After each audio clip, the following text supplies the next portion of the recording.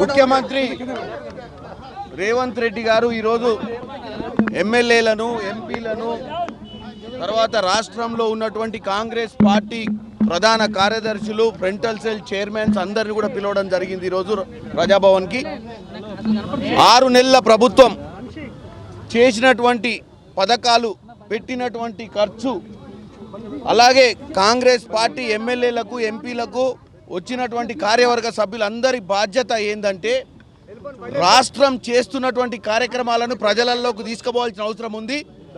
ప్రజలలోకి తీసుకుపోకపోతే పక్క పార్టీలు చేస్తున్న పథకాల మీద బురద జల్లే ప్రయత్నం చేస్తున్నారు. కాబట్టి ఇంత మంచి పథకాలు, రుణమాఫీ అనేది, ఈరోజు రుణమాఫీ చేయడం అనేది నాకు తెలిసి ప్రతిపక్ష పార్టీలకు నిద్ర పట్టట్లేదు కావచ్చు. ఎందుకంటే అది జరగదన్న అపోహతోటి పదే పార్టీని, కాంగ్రెస్ పార్టీని, ప్రభుత్వాన్ని ఎండగట్టే ప్రయత్నం చేసినటువంటి ప్రతిపక్ష పార్టీలు, ముఖ్యంగా బీఆర్ఎస్ పార్టీ నాయకులకు నిద్రపట్టే పరిస్థితి లేదు.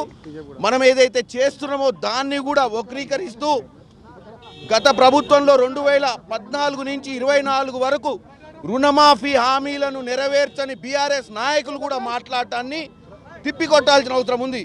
హరీష్ రావు గారు మాట్లాడతారు, కేటీఆర్ గారు మాట్లాడతారు, ఇస్తా అన్న ₹1,00,000 కూడా ఇయ్యని పరిస్థితి. ఆ రోజు 16,000 కోట్లే ఖర్చు అయ్యే పరిస్థితి ఉన్నా కానీ ఇయ్యని బీఆర్ఎస్ పార్టీ ఈరోజు ఆల్రెడీ 30,000 కోట్లు మేము ఇచ్చిన గ్యారంటీల మీద ఖర్చు పెట్టినట్టు ఈరోజు రేవంత్ రెడ్డి గారు చెప్పారు. 30,000 కోట్లు పెట్టుకున్నా మన కాంగ్రెస్ పార్టీ కార్యకర్తలు దీన్ని ప్రచారం చేసుకోవడంలో విఫలమవుతున్నాం.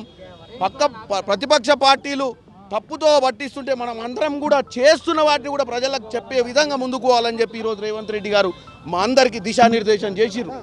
ఎందుకంటే వాస్తవాలు ఏంటంటే 6 నెలల్లో మేము తీసుకున్నటువంటి పథకాలు, ఫ్రీ బస్సు కానీ, సిలిండర్ కానీ, 200 యూనిట్ల కరెంట్ కానీ, వీటన్నిటికీ ఇప్పటికే అంటే ఈ రుణమాఫీ కాకుండానే 30,000 కోట్లు ఖర్చు చేయడం జరిగింది. రుణమాఫీ చేస్తుంది, మిగతా పథకాలను కూడా చేస్తుందనే నమ్మకం ఈరోజు కాంగ్రెస్ పార్టీ ప్రజలకు ఇవ్వాలి. ఆ ముఖ్యమంత్రి రేవంత్ రెడ్డి గారు మా అందరికి కూడా బాధ్యత ఇచ్చిండు, ఎంపీలకు ఎమ్మెల్యేలందరికీ కూడా. మీరు కూడా ప్రతి నియోజకవర్గానికి వెళ్ళి రాష్ట్ర ప్రభుత్వం చేస్తున్నటువంటి పథకాలను, పెడుతున్నటువంటి ఖర్చును, రానున్న రోజులలో ఏం చేయాలనుకుంటుంది, ప్రజల కోసము ప్రజల చేత ఎన్నుకోబడ్డ ప్రభుత్వం కాంగ్రెస్ ప్రభుత్వం. గత ప్రభుత్వాల మాదిరిగా కాదు.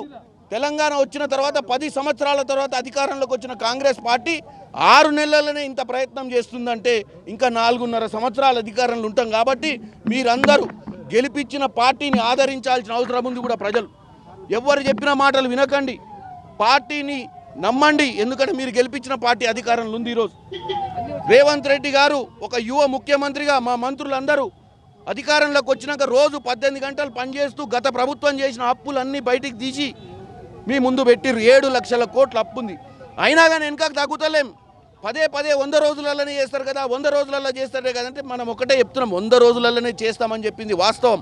కానీ ఆ రోజున్న పరిస్థితుల మీద అవగాహన లేక, వచ్చిన తర్వాత వచ్చిన అవగాహనతోటి మంచి చెడు అన్నీ చూసుకొని ఏ విధంగా ప్రజలను, ఎందుకంటే 100 రోజులలో ఇక్కడ మా ఎమ్మెల్యే బీర్లైల నుండి వీళ్ళందరూ కూడా ప్రజాపాలన పేరు మీద 1 కోటి మంది అప్లికేషన్లు తీసుకొని స్క్రూటినీ చేస్తున్నారు.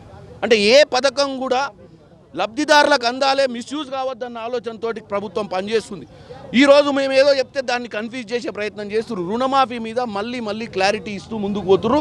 రానున్న రోజులలో మేమందరం కూడా ప్రతి పథకాన్ని ప్రజలకు తీసుకుపోయి వాస్తవాలని తెలియజేస్తామని తెలుసుకుంటాం. అసలైన తొలి వెలుగు. ఫాలో వాట్సాప్ @తొలి వెలుగు official.